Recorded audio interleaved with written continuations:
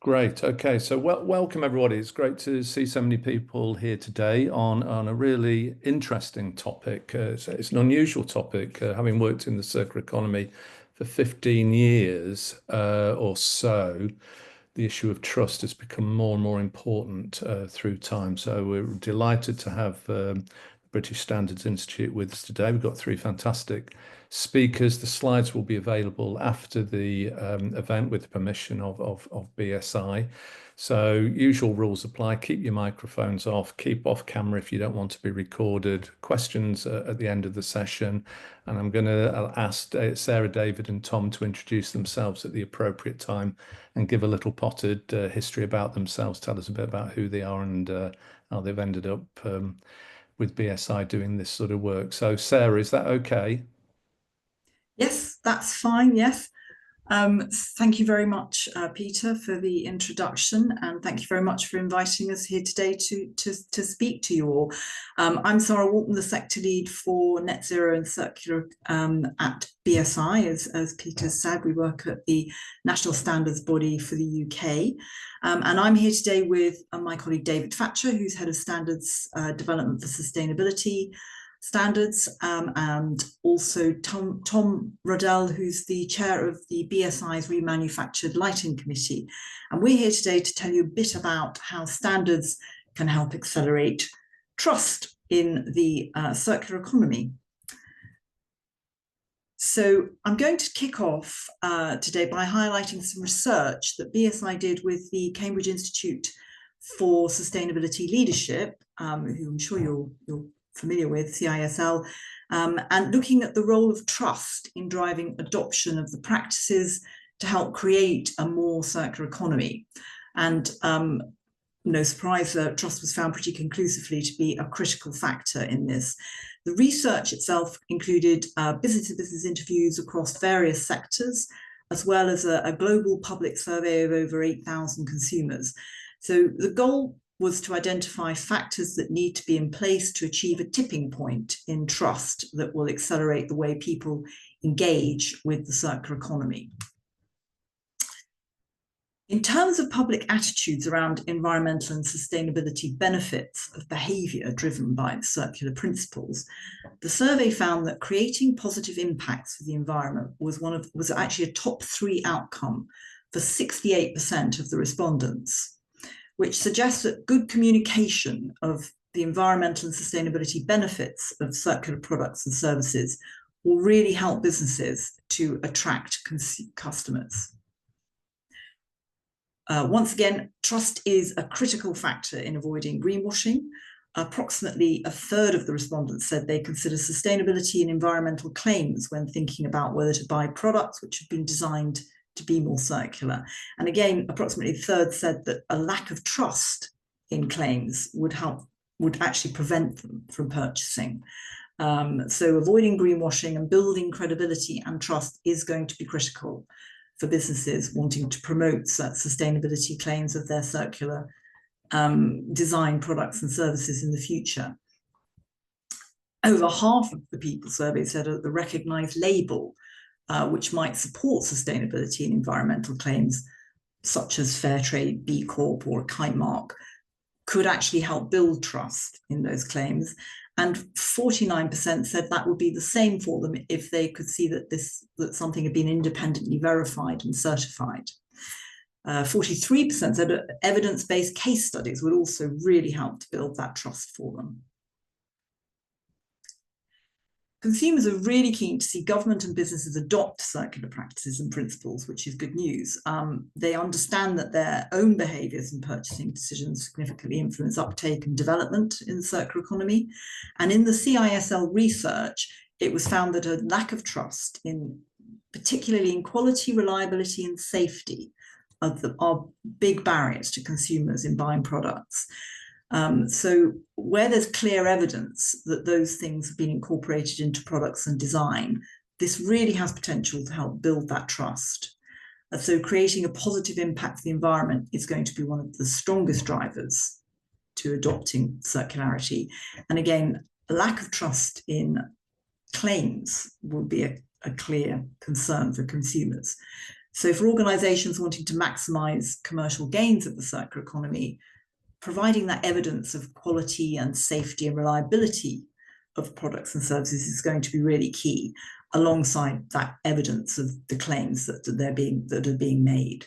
So I wanted to highlight here that the point made about how standards really help with that harmonization, scalability, and interoperability, which builds trust, helping create clarity, consistency, and comparability across markets.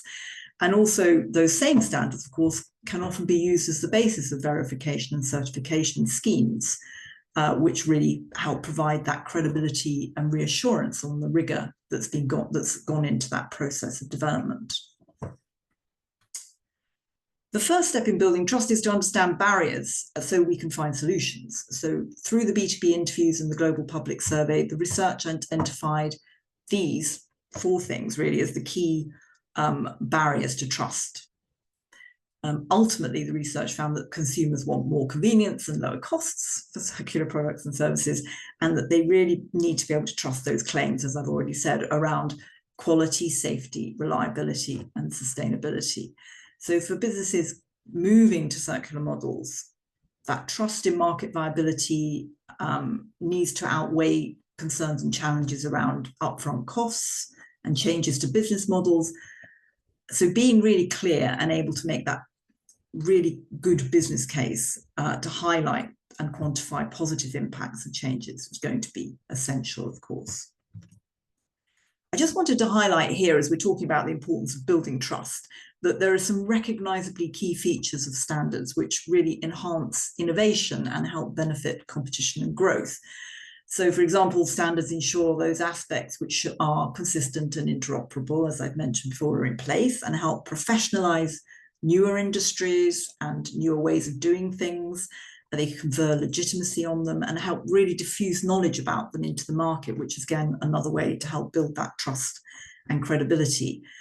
And then the field is open for innovators to bring their own USP to the technology or practices they're developing without wasting resource on reinventing basic principles and characteristics which are already established and embedded in those best practice standards. The principles referred to in the previous slide around effects and benefits of standards are sort of seen in action in the CISL research that was done. Economic and strategic benefits are really clear. Circularity really helps strengthen industrial competitiveness, reduces dependence on critical imports, and helps create high quality local jobs, which are going to be priorities for any government serious about security, resilience, and prosperity of their nation and people long term. And we know, of course, how important the UK government feels it is to have a clear strategy in place for circularity, as we're now waiting for the Green Paper for England very shortly. And that will come along next, and we'll see where that, how we support that with standards in the future as well. To conclude my run through of this recent research, with a nod to the more detailed information you're going to hear from David about the standards development programs to support circularity, I just wanted to highlight the key standards here in circularity, which is this very practical standard BS 8001, which enables organizations to map out their unique system and understand how their operations impact it, and it explores how by applying circular principles, organizations can capitalize on cost savings, unlock revenue streams, and generally make themselves more resilient to external shocks and disruption. Obviously, international standards followed the introduction of that first national standard in 2017, BS 8001. So we have the ISO 59000 series, which, of course, again, UK experts were heavily involved in working on. And these focus on some specific aspects on circular practice, such as performance measures and data sheets. And I also just wanted to mention another practical step-by-step standard, which is in this ballpark area, which is freely available online on our website and aimed at SMEs, which really helps them to start planning transition to their net zero targets. And that's Flex 3030 transition planning to net zero for SMEs, and freely available for anybody to use to download from our site. There's also obviously lots of work going on in different areas and sectors, textiles, energy, lots of standards work this is, which you'll hear more about, including, and of course, reconditioning and remanufacturing of products. Certification, testing and assurance are vital, as we've heard, in engendering trust and engendering credibility. And there's a scheme based around the British Standard 8887 series, which is a multi-part standards document on the design for manufacture, assembly, disassembly, and end-of-life processing. And some testing and validation is often carried out to diverse parts of that standard to ensure products meet criteria set out in schemes which are made against it. But of course, that standard and parts of that standard can be used just as guidance in order to give people guardrails to work against. Thank you very much for your attention today. The research data can be examined in much more detail in the report, and this is a QR code on the slide which you'll receive afterwards as well, so you'll be able to look at that if you can't find it directly from our website. And for now, I'll hand over to David, who's going to tell you more about how standards really can help support circular economy. Okay, great. Thank you, Sarah. And yeah, next slide already. Brilliant. So my name is David Thatcher. I'm the interim head of standards for sustainability ESG at BSI. And I've been working in the space of sustainability standards now for on-off 15 years or so. And just to kind of contextualize, I suppose, Sarah's role and my role in the context of both working in sustainability standards and BSI, I suppose in the restaurant of sustainability standards, Sarah's role is more front of house. She's out there identifying where the trends are and where BSI can provide some response to that. And I suppose my comparable a role there in the restaurant of standards is to be more managing the kitchen, so therefore operationalizing what we're picking up on from outside and seeing how we can then design those solutions to meet with the needs of the market. And really, that's really what I wanted to talk about now in my section of the webinar, the role of standards and how standards are developed, and then talk about some of the benefits, and then look at some of those standards that Sarah's mentioned already in some more detail. On this slide, really, just to describe what a standard is, put very simply, a standard is an agreement of what good looks like. That consensus is then codified into trusted knowledge, so it can be applied and then, more importantly, reapplied in a consistent way. This could relate to a singular manufacturing process or a measurement methodology, or it could support the delivery of a service. It can also be an enterprise-wide solution to address, say, the management of risk, which sets out controls, practices and behaviours, even cultures. But more on that later. The key point here, though, is really that following a standard provides the user with confidence, as you've heard from Sarah already, and then that builds trust with stakeholders, whether those stakeholders are investors, regulators, employees, supply chain partners, or of course, customers.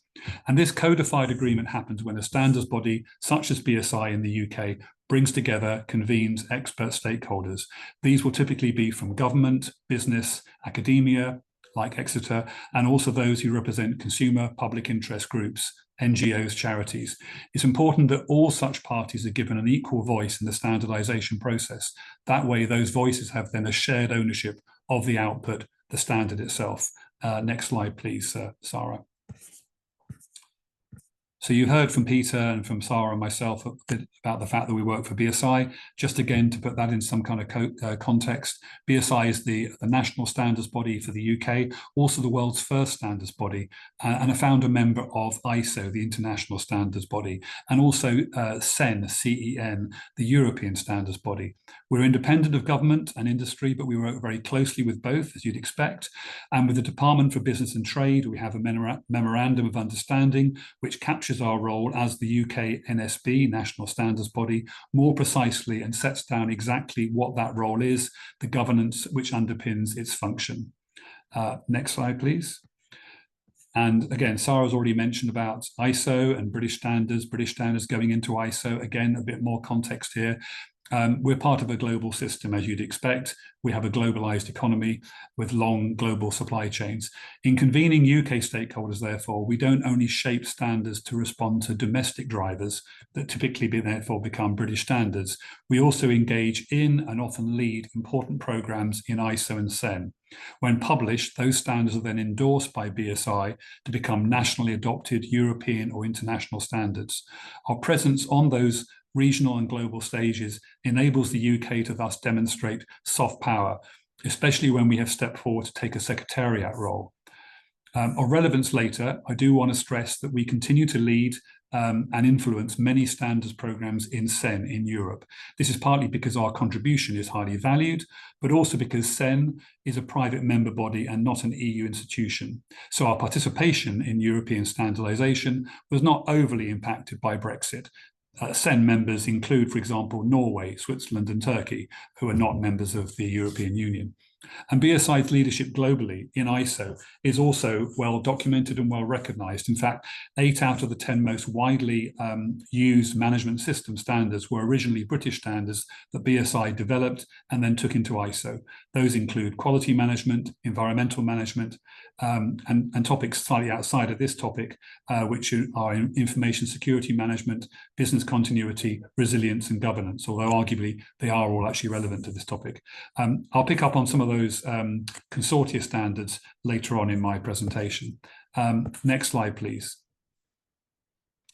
So the actual development process of standards, the starting point really can be a BSI committee that's been set up by BSI identifying a need for good practice. Maybe it could be adding to the existing good practice that committee is responsible for.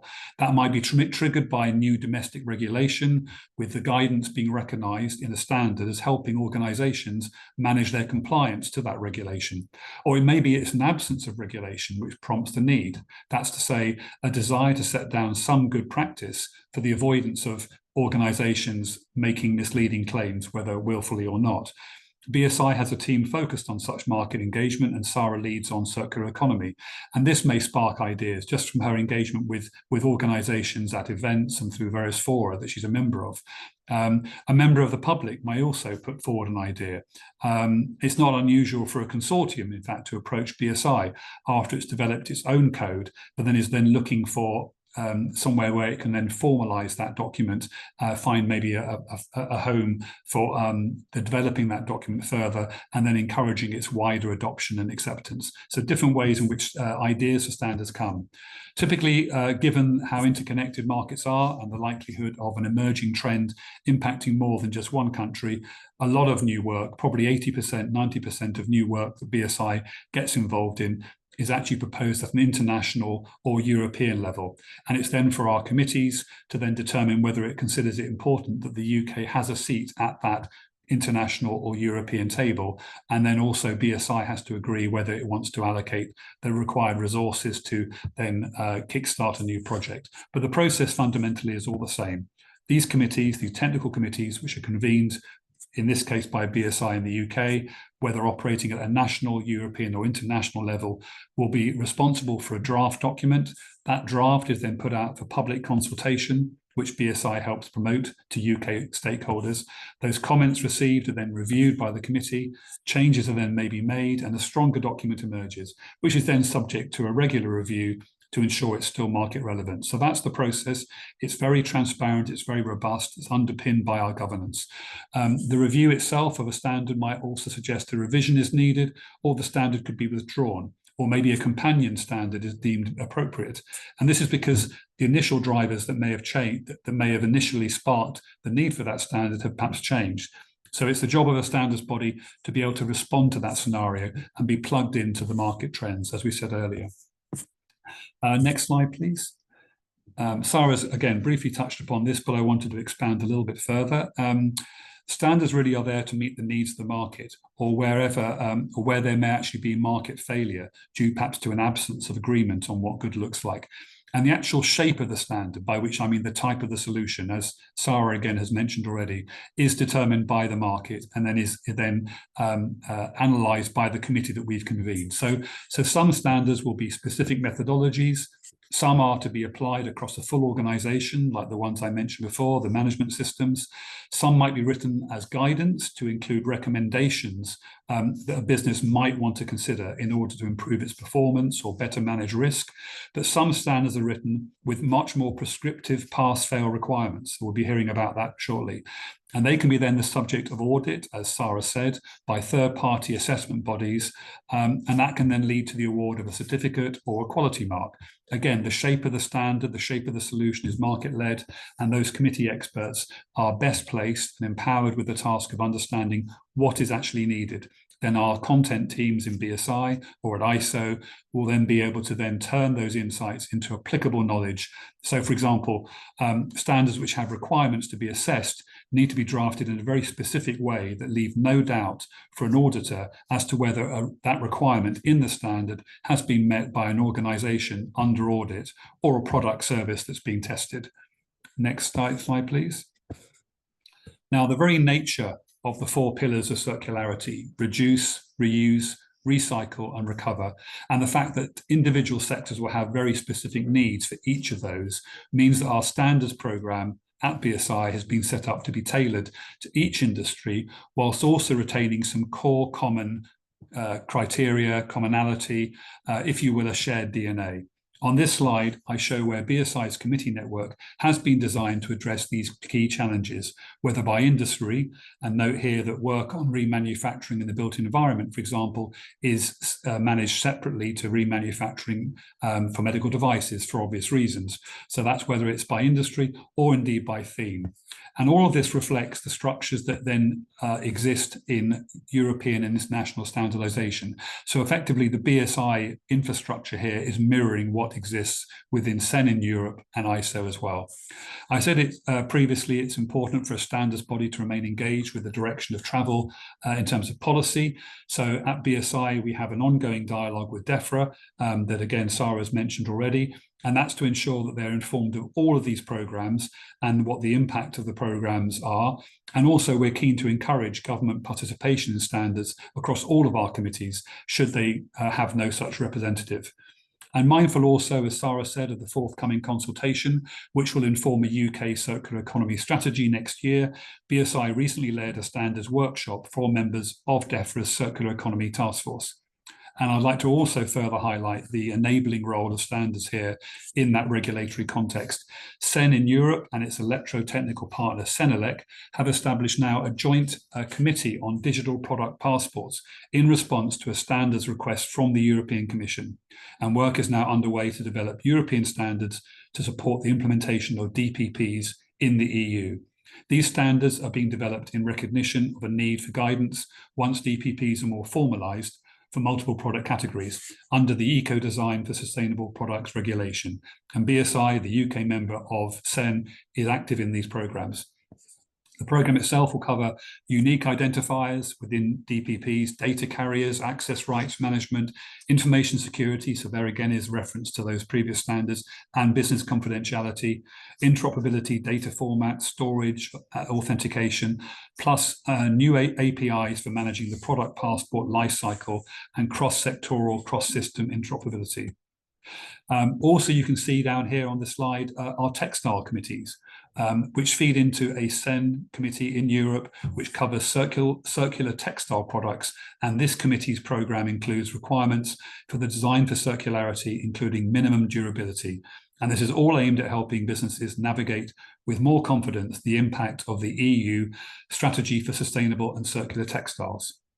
Next slide, please, Sarah. And I think my final slide. So I mentioned before about the different types of standards that are developed in response to the needs of the market. Just to say again that BS 8001 is good evidence of that approach. It was not developed as a technical specification or a management system standard with requirements to follow. And that's largely because our committee recognised the need was not for a one-size-fits-all template, but guidance on encouraging the transition to a more circular mode of operation. As a concept, The circular economy is not a simple off-on switch. No business can clearly decide to become circular overnight. Hence, the standard 8001 is principles-based. In other words, it aims to steer organisations and point them in a direction they may wish to go in pursuit of more sustainable resource management. The committee, which included representatives from the Ellen MacArthur Foundation, the Chartered Institute of Waste Management, wanted to capture in one single place what needed to be considered should an organisation wish to embark on that journey, and thus via a staged approach enable it to progress.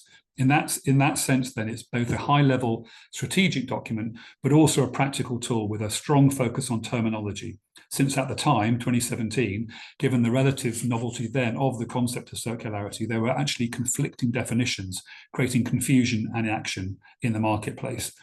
The other driver behind BS 8001 was acknowledgement that standards had already been developed on the technical aspects of remanufacturing, eco-design, waste management, but there was no single starting point. And that starting point is to reimagine the way in which you're doing business and apply a different lens. Be open to the new opportunities whilst understanding the risks. Use the standard to guide and spark internal and external conversations with supply chain partners.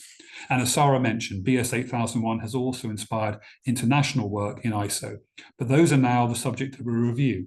So it has prompted us at BSI to propose we update BS 8001 to reflect current thinking on circularity and good practice. And this could then include case studies, success stories that weren't actually available in 2017, evidence of impact. It might also include guidance on how internal teams can make the business case for the transition to a more circular mode of operation. And that's something that I'll be talking to Tom about very shortly. So if you'd like to contribute to that work, please do get in touch.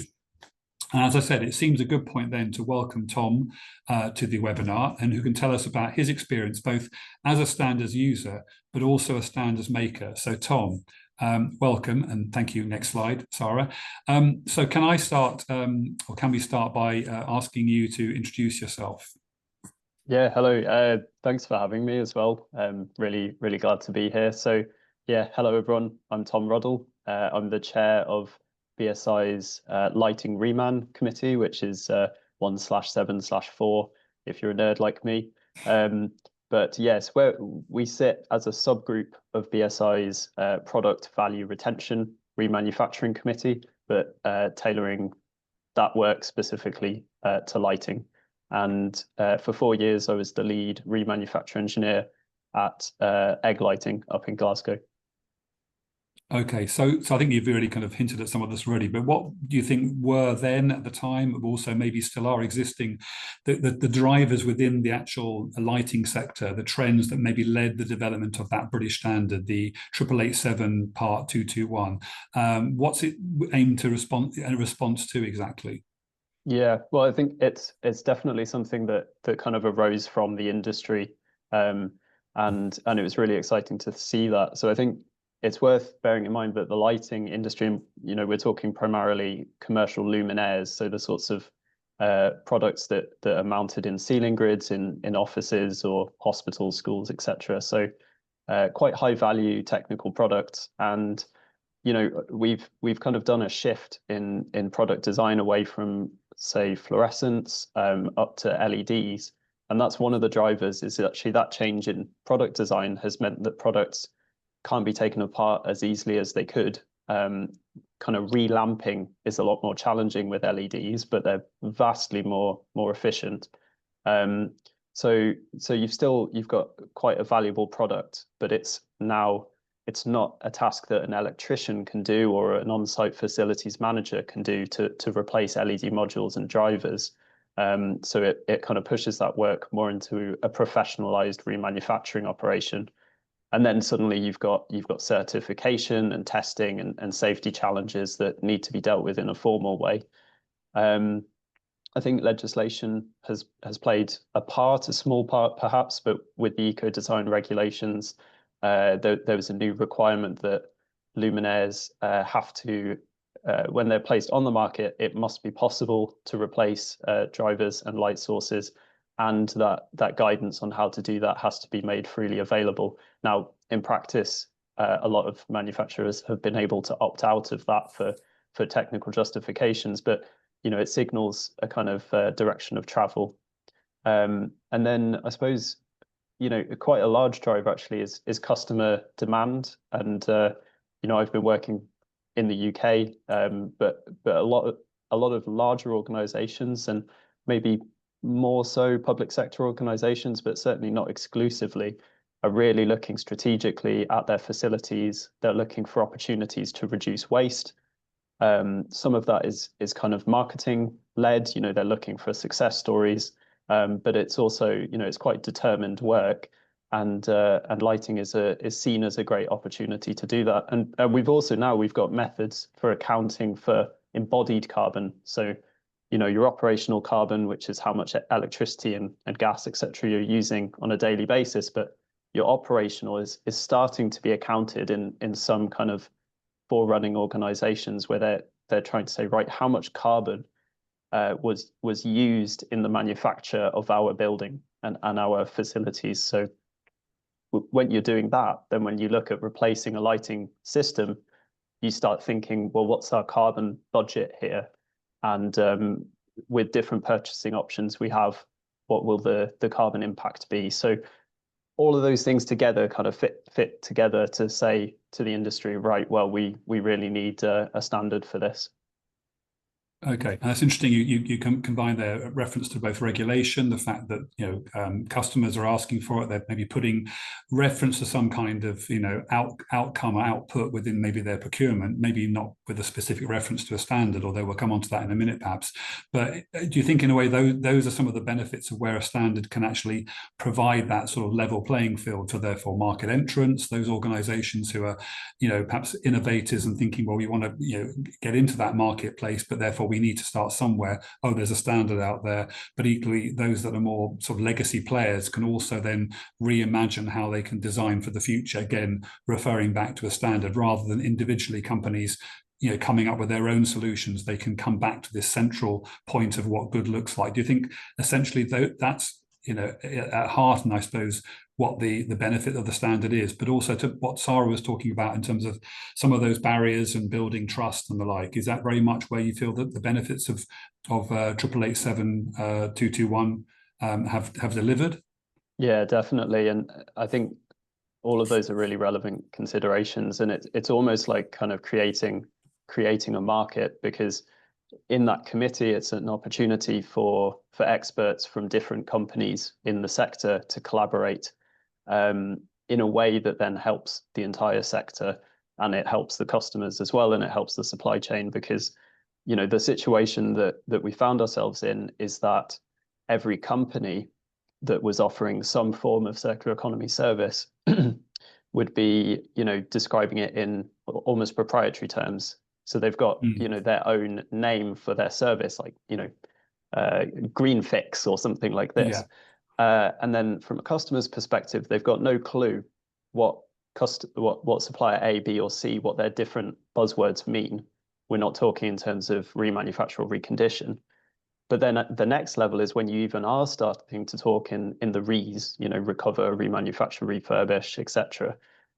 In among specifiers, facilities managers, even the organizations doing the work themselves, absolutely no common understanding of what those terms meant in a lighting context.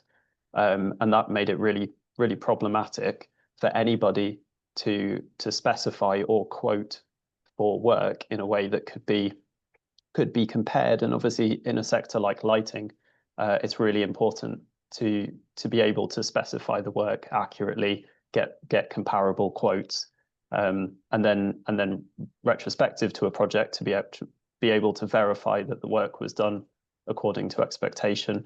And I think just to touch on trust, I mean, what the standard has been really helpful there is this is work that, because we're generally what we're talking about is starting with luminaires or lighting products which exist. They're in a building, they're in a ceiling, and the customer has identified the value that is still in those products, and they're coming to the end of an operational period, and they want them to be remanufactured, returned to use.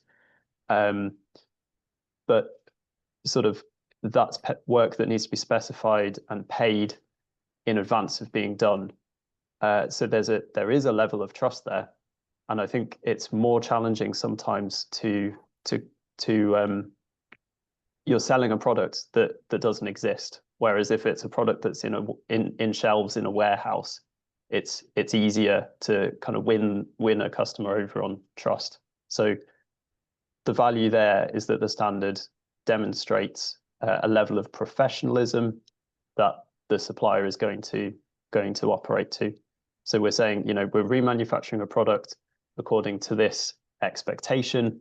It will be done according to these requirements, and we've got a track record of doing that. And it sets a common expectation for what that quality is. So yeah, really crucial on the trust point. And you mentioned before about that sort of need for the kind of apples to apples comparison, and therefore, if both companies, for example, are actually saying we will manufacture this lighting system based on the British standard, that allows then a purchaser to make their decision based on other criteria, but at least they know they've got that apples to apples. So we mentioned before, Sarah mentioned it, I mentioned about the fact that some standards are intentionally drafted so they can be subject to some form of audit or product testing, and this particular standard is one such standard. So therefore, there's a BSI kite mark that can come with that standard should an organization seek to put its products forward for testing and therefore get some kind of quality mark. Can you talk about some of the benefits you saw maybe at Egg there? Because again, that's taking the apples to apples and then going kind of one stage more, because you're saying, yes, of course, we've manufactured it to this British standard, but we've actually had a third party come in and verify that it meets all those requirements. So to what extent was there a real differentiator in the marketplace for Egg at the time, and maybe still as well? Yeah, absolutely. I mean, the obvious thing to say is that it's a kind of third party vote of confidence. But I think, and that really helps in a sales conversation, and it helps differentiate in terms of quality, and it sets you apart as a kind of leading organization.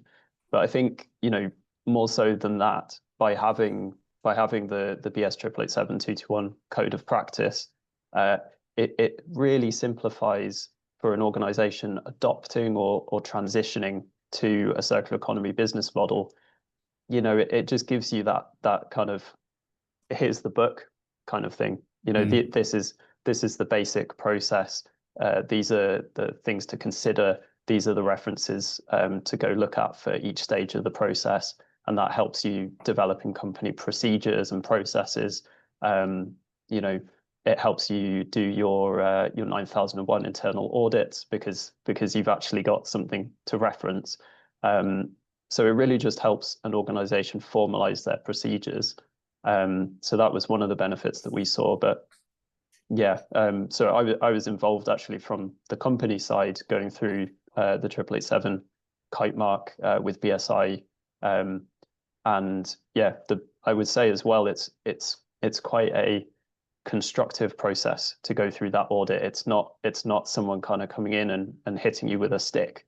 It's really a constructive process. It's almost a little bit like a consulting type thing. So I think it helps an organization reach best practice, and then it rightly confers on that organization the kind of third party approval.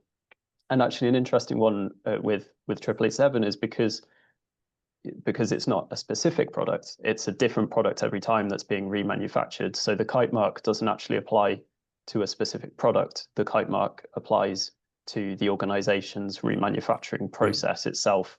And it's all of these little nuances that you don't really think about until you're involved in the work of actually implementing circular economy, but then become really challenging. And another one on that was, endless debate in the industry about when a product is remanufactured, does it get relabeled? So it's originally manufactured by manufacturer A, and remanufacturer B remanufactures it. Who's taking legal responsibility for what? And these are, really consequential legal and commercial considerations. And those are the sorts of things that by having a code of practice that establishes the expectation, it just stops the industry from being mired in debate and uncertainty, and helps us get on with doing the work.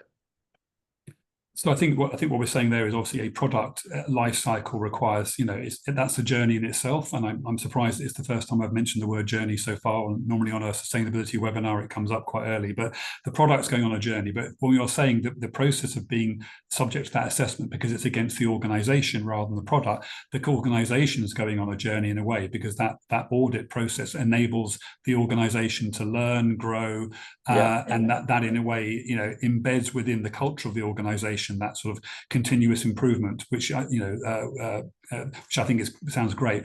And then, maybe just to conclude, actually, you've obviously been on a journey yourself, because as you said beforehand, you were there working in a manufacturing space, but then you decided to join a standards committee and then become a chair of a committee. So just any reflections on your own personal journey as a standards maker as well as a standards user?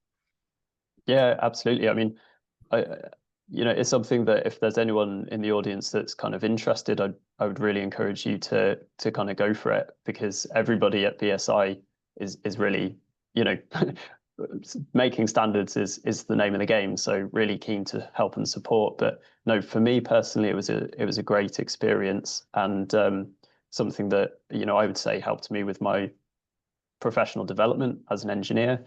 And it was a great experience as well, sort of pulling together experts, really inspiring people from across the industry, quite a wide variety of stakeholders as well, which is, it's just such an interesting thing. And I think it's so relevant for the circular economy and sustainability in general that, one of the things we have to do is kind of reach over the divide, and we have to break down these barriers between different stakeholders like purchasers and waste management professionals and manufacturers, because in the circular economy, we're all collaborating a lot closer. And for me, it was a great experience to kind of go around the houses and knock on people's doors and actually, get people involved in this committee. So yeah, and it's really inspiring to see what you can do. And I think for me, I really see standards as a way of establishing best practice, actually not kind of standards lagging behind best practice. I think this is a great example of where our committee was able to advance best practice with a standard that then allowed the industry to kind of grab onto it and use that as a kind of flag of what best practice looks like. So yeah, a really great experience. Yeah, a really good point to end on, Tom. Actually, I think you're right. I think too often maybe standards bodies are viewed as being mainstreaming a kind of an approach once it's or rather kind of codifying approach once it's become very mainstream. Well, actually, I think we need to be definitely on the front foot in those kind of innovation conversations, so that actually we can shape the good practice earlier on. And one thing, just by way of concluding, because I'm sure Peter's wanting to kind of take the mic back, is the fact that often the word standards is being sometimes viewed as being not necessarily in an area of innovation because it might stifle innovation, whereas actually at BSI we definitely view them as being enablers of innovation, because to your very point, you said repeatedly, Tom, often in order for innovation to happen and people to collaborate from different aspects of a particular industry, they need to collaborate around common terminology. They need to be actually saying, well, I can do this and I can work with you if you do that. But if you can't agree what some of those kind of bridging concepts are, then actually you can't collaborate. So standards, I missed that earlier on, can actually just be terminologies. And that can allow innovation to really flourish in a nascent area. And then after that, you then get code of practice and specifications, but it begins with just a common kind of, what language are we talking about here? So I think that's a really nice way of ending on the role of standards, both from a point of view of applying them to a product and an organization, but also on a personal development perspective as well. So Peter, I know it's slightly overshot, but it was I really wanted to get Tom's perspective on that, both as someone who's been involved in making standards, but also applying them as well. So I've seen a few questions coming in from a few from familiar names as well. Okay, no, that was great. I would have let you run on for the whole hour. It's very interesting. So, but I do see some questions coming. I was getting quite tearful actually when you started talking about journey, Dave. I remember as a young lecturer, I was teaching BS 7750 back in the early 90s. Some people on the call probably weren't born then. So I've been on my own journey around standards, and BS 887, 887 again is also quite a landmark, I think, because that was the first British standard I came across in remanufacturing, which really showed how it can overcome many of the barriers that Sarah and you highlighted. And our sort of go-to case study on that was Ricoh, trying with remanufactured printers who used it to overcome consumer suspicion and resistance back in 2010, 11, and it really opened up the market for them. So it's a really sort of important area. So I see there's a question. Well, Rashmi has asked at least 4 questions. He's asked one on wool, one on AI, and one on insurance firms. So I'm going to ask Rashmi if you can keep to one, and if there's time, you can come back and ask another one. Then Rob's come in. Rob and Alexander. I'll come to Rob next on the mic. But Rashmi, do you want to come in first? Yeah, sure. I'm sorry about that. I had so many questions, and when I was writing, I was like, okay, I'll at least type it in. So yeah, I'm a postgraduate diploma student with CISL. So I mean, thanks for that, to the BSI team. And I have been looking at the built environment and actually looking at the impact of waste and circular construction at the same time. And I think it's so important that we start reducing the waste. But then when I did my research, I mean, this is the question, that a lot of contractors find is they say that, oh no, repurposed material is not safe and investors won't invest in it. Insurance companies may not insure it. So it just adds up to the cost. And are these in addition to the BREEAM certifications? And do you think it makes it more complicated and more confusing for the industry, and will they go for it?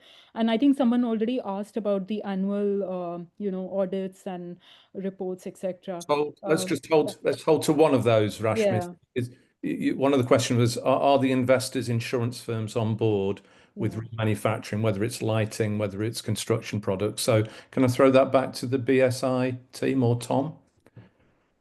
Yeah, I'm happy to initially take that. I mean, I think, although I can see Tom took his mic off, so I'm very happy for him to also lead on this as well. I mean, I think my perspective probably would be, if we haven't got the representation of the voice of insurance on key committees that deal with remanufacturing, and I think by the sound of it, actually all of them would be key here, but particularly built environment, then we should be doing that, because that means we haven't maybe looked at the issue from the widest possible spectrum. So I haven't got the anything in front of me now that says actually yes, we have the Association of Insurance Brokers or whatever on one of our committees to do with remanufacturing. But that's a really interesting question, Rashmi. So I need to look at that myself. But Tom, I don't know whether you've got more direct experience of that when we were taking some of those standards out for getting sort of feedback from the market.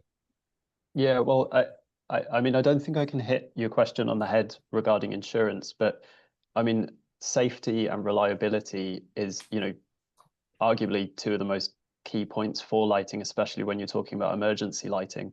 So adding in circular economy and remanufacturing to that, it's really important that you get it right. Okay, so environmental impact is great, cost saving is great, but it's got to work and it's got to be safe. And I think that's an area where standards adds a lot of value. And just to briefly explain kind of the process of how it typically would work with remanufacturing for lighting, and this is the thing, it'll be different with each sector, is that you've got N number of luminaires being remanufactured, and you might set aside a couple of those which go through a full, what we call a type testing, and that might be quite brutal. You're exposing that product to heat and current and voltage, etc. And the results of that dictate if the design is valid. And then in addition to that, every single product would be tested according to a lesser set of requirements. And basically that brings it up to scratch with the way that new products are tested. Now you're accepting a little bit more variability in the products, but the point here really is to be documenting in a sort of very organized way that any defects with the products, risk assessing those defects, tying that in with digital products, etc., and keeping the customer up to date with that. I would actually say as well on the kind of investor side, I mean, firstly, if you've got an opportunity to save cost by not replacing a whole product, that can save a lot of cost. Not always, but sometimes it can save a lot of cost. But I mean, I've also spoken to stakeholders that see new products which aren't in 5 or 10 years. They know that they'll have to replace them with a whole new set of lights. They see that as a liability. So actually, in that context, remanufacturing can be the solution to a liability or a risk. So it's kind of another way of looking at it. And they're starting to look at offices and buildings as material banks that we can mine. So there's something like 10 different websites now where people are uploading details of the lighting in their offices and buildings, etc., and making them freely available. Okay. So yeah. Okay, Tom, I might come back to you with another point that Rashmi made, but Sarah, you came off your mic. It looked like you wanted to come in and just make a comment on that. Yeah, no, I was just going to talk about the fact that independent standards are often used in insurance, for intended documents.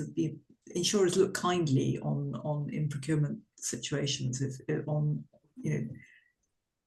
organisations that can say we've done some independent use of they can either self-declare and say we've used the standard, and because it's a common standard that's produced independently, it generally has a different cachet in a sense, because it's got third-party oversight to it. So that often can persuade investors because and insurers, because there's a feeling that you've done some system thinking. There's a process that's been put in place that you're prepared to submit to something independent, rather than maybe producing one thing proprietary, if you like. So which may be just as strong, but it's just that it's quite a useful tool to be able to submit yourself to something independently and third party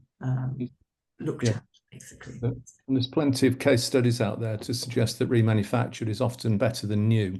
So that's a side conversation which I don't want to go into because we're short of time. But let's go to Rob and then to Ren. So Rob, are you there? Oh yes, Peter, I'm here. How are you?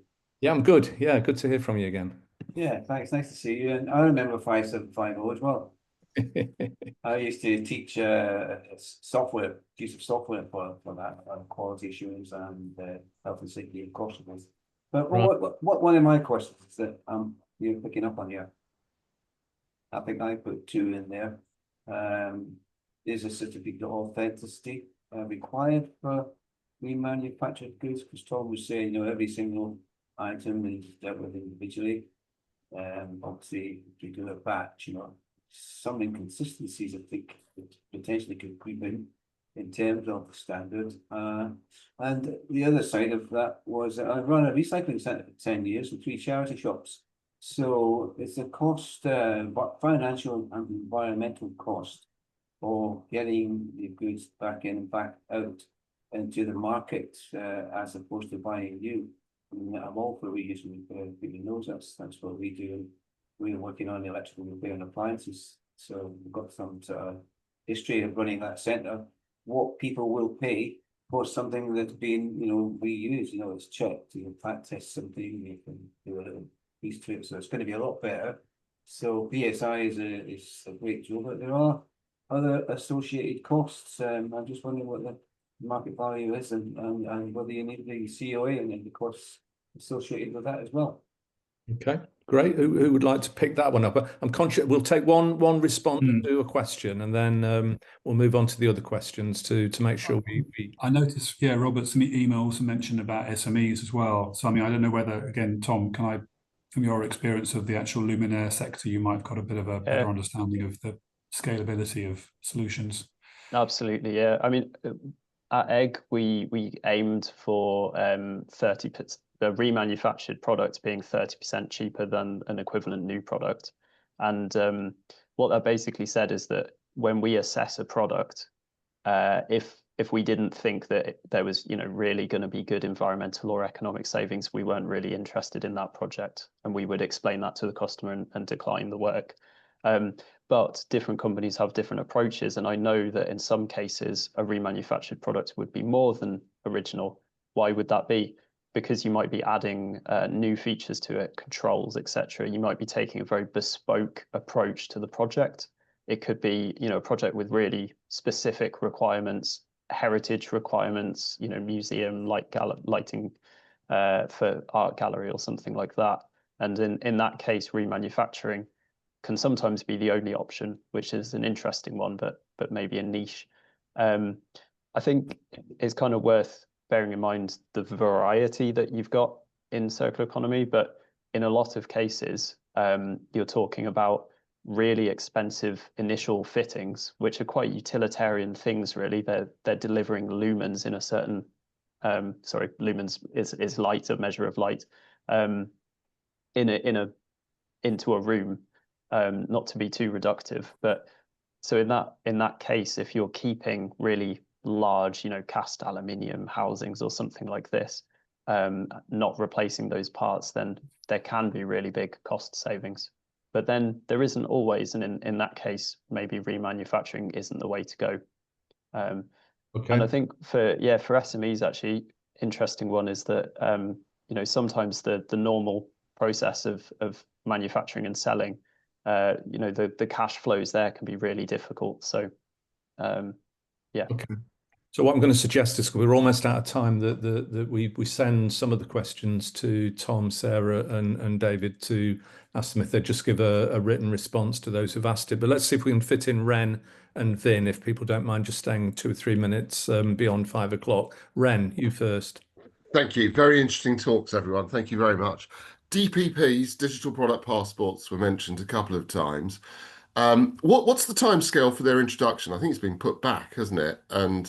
And if so, and also, is it phased across sectors? We don't really know, but I think that's, I don't know if David, you've got any further information, but I think the issue here is that people are making claims about DPPs being in place, but actually there's still quite a lot of uncertainty around exactly what the criteria need to be and exactly what's going to what the delivery, the data delivery method needs to be. So which is why, as David mentioned, there is actually a newly joint committee in SEN about this. And we can expect to hear more about the work there.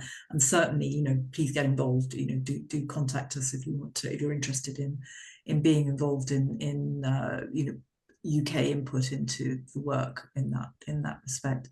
David, sorry, do you have any? No, I was going to say, as Sarah said, I think there's so much uncertainty as to what's in the box, as it were, that any organisation that's been inundated by emails from vendors saying, we have all your digital product passport solutions, please, you know, sign up for this, that. Yeah, Sarah said, I think there's no one really knows, and I think that's why, again, the role of standards bodies like BSI working across European standards communities is really important, because what SEN is doing and Senelec is doing is basically responding to what the Commission is doing. So there's a direct line there. So I think once those standards are developed, and they're being developed in a kind of fast track response to the fact that these DPPs will at some point emerge, and we'll know what's in the box. Therefore, the standards need to be kind of working in that same space. But I think 2026 is what I've heard, and you're right, Ren, that it's likely to be some key sectors that are going to be targeted first. But a slight caveat, you know, beware of what you read online in terms of people,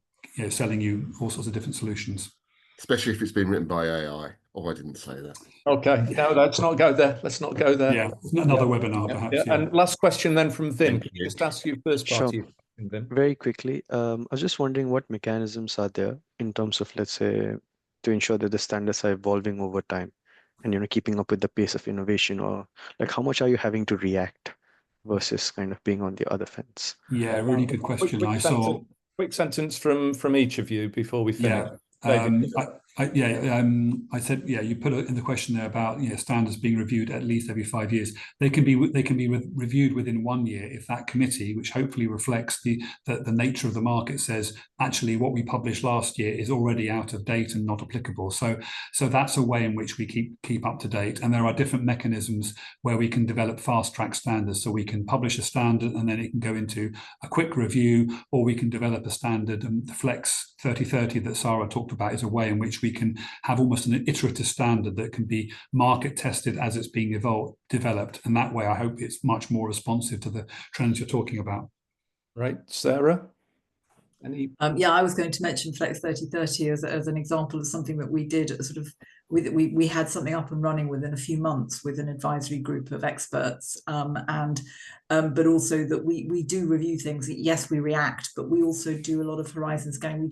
We try to take into account things which are coming up, which is why we sort of spread our net very wide and are aware of things that are going along in new trends and things that are happening that we need to be ahead of, which and that was kind of my point about innovation, that we really want to stay very much in hand in hand with innovators, because the earlier you can start to lay down characteristics, terminologies that David mentioned, the better, because once you've got a language to talk in about new things in, the easier it is to start developing that rigor and systematic process and systems thinking around it.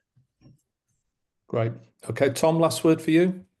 Oh, sure. Well, I'll just say then, Ben, if you'd identified something in a standard that you thought was outdated, or anyone does, then they can get in touch with BSI, or if they find the committee details on the BSI website, they can get in touch with the poor chairperson like myself, and we'll respond to it. So we're responsive as well.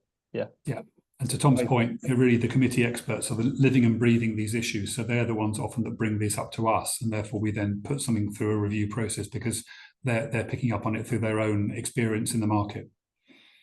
Awesome. Okay, so yeah, I've got one hope and one fear for the standards that you've talked about. The hope is that it will stop academics writing papers trying to redefine circular economy. It seems to have become a cottage industry. My fear is that there'll be a shift to doing critiques of the BSI standards, and they'll just explode again. So, it's a full-time job trying to keep up with academics writing papers on circular economy definitions. So the chat box has indicated already that people have found this a fantastic webinar, but for those who are still here, a digital round of applause.